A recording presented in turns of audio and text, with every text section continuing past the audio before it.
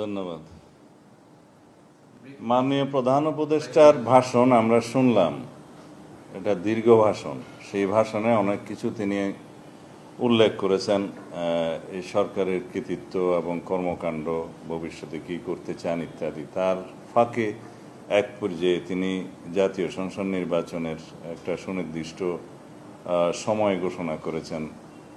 আগামী বছরের এপ্রিলের প্রথমার্ধে যে কোনো দিন জাতীয় সংসদ নির্বাচন অনুষ্ঠিত হতে পারে। এই বিষয়ে আমাদের প্রতিক্রিয়া হচ্ছে যে জাতির প্রত্যাশা পূরণ হয়নি। তিনি বাংলাদেশের সকল রাজনৈতিক দলের মধ্যে বিএনপি সহ আমাদের সমমনা এবং যুগপৎ আন্দোলনে যারা শরিক ছিলেন তারা সহ গণতান্ত্রিক রাজনৈতিক শক্তিসমূহের অধিকাংশ দল, 50-এরও অধিক দল ডিসেম্বরের মধ্যেই নির্বাচনের দাবি জানিয়ে আসছিলেন দীর্ঘদিন থেকে। আমরা যৌক্তিকভাবে ডিসেম্বরের ভিতরেই নির্বাচন অনুষ্ঠানের জন্য আমাদের বক্তব্য সবসময় উপস্থাপন করেছি, যুক্তি সহকারে এবং বিভিন্ন কারণ দেখিয়ে। কিন্তু তিনি সেই বিষয়টি আমলে না নিয়ে এমন একটি সময়ে নির্বাচনের সময় ঘোষণা করেছেন, যেই সময় বলতে গেলে বাংলাদেশের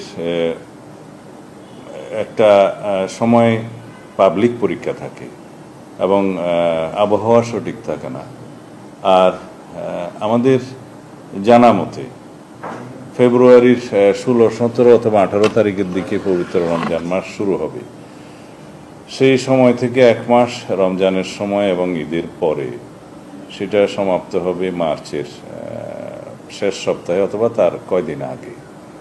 তাহলে এপ্রিলের প্রথমার্ধে যদি নির্বাচন অনুষ্ঠান করতে হয়, তাহলে 45 দিন যে সময়সীমা লাগে তফসিল ঘোষণার পর থেকে নির্বাচন অনুষ্ঠান পর্যন্ত, সেটা রমজানের মধ্যেই তাহলে ক্যাম্পেইন করতে হবে। এটা একটা অযৌক্তিক ধারণা।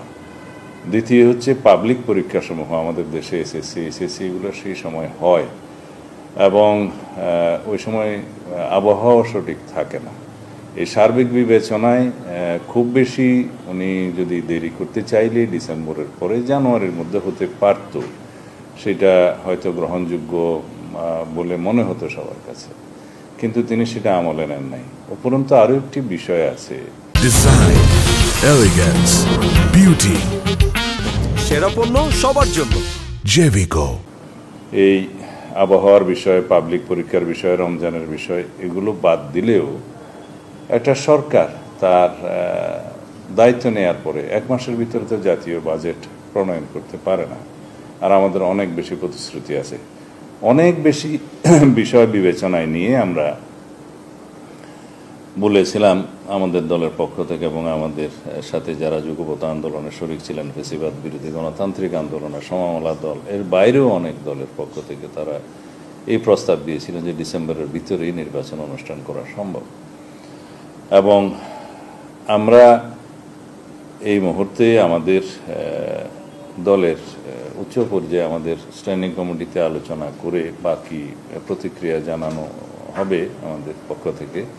এবং আমরা একই সাথে আমাদের সাথে যুগপৎ আন্দোলনে যারা শরিক ছিলেন তাদেরকে নিয়ে এবং সমমনা রাজনৈতিক দল এবং অন্যান্য রাজনৈতিক গণতান্ত্রিক রাজনৈতিক শক্তিসমূহের সাথে আলোচনা করে আমরা তারপরে বিস্তারিত প্রতিক্রিয়া জানাবো।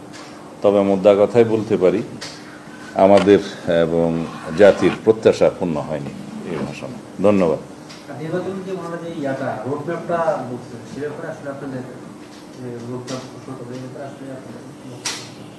না, নির্বাচনের একটা নির্ধারিত সময় উল্লেখ করার পরে বাকি রুটম্যাপটা ইলেকশন কমিশনের সাথে আলাপ করেই তফসিল ঘোষণার বিষয়টা তারাই ঘোষণা করবেন, এটা স্বাভাবিক।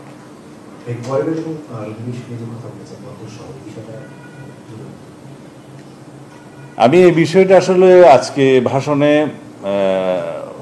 থাকবে সেটা আশা করি নাই আমরা, কারণ বন্দর নিয়ে তিনি যে বক্তব্য রেখেছেন, খুব দীর্ঘ বক্তব্য রেখেছেন, সেই বন্দরের বিষয়ে তিনি এখনো বিদেশিদের হাতে বন্দর ব্যবস্থাপনা ছেড়ে দেওয়ার বিষয়ে বিভিন্নভাবে তার বক্তব্য উপস্থাপন করেছেন, যুক্তি প্রদান করার চেষ্টা করেছেন এবং জনগণের কাছে অ্যাপিলও করেছেন।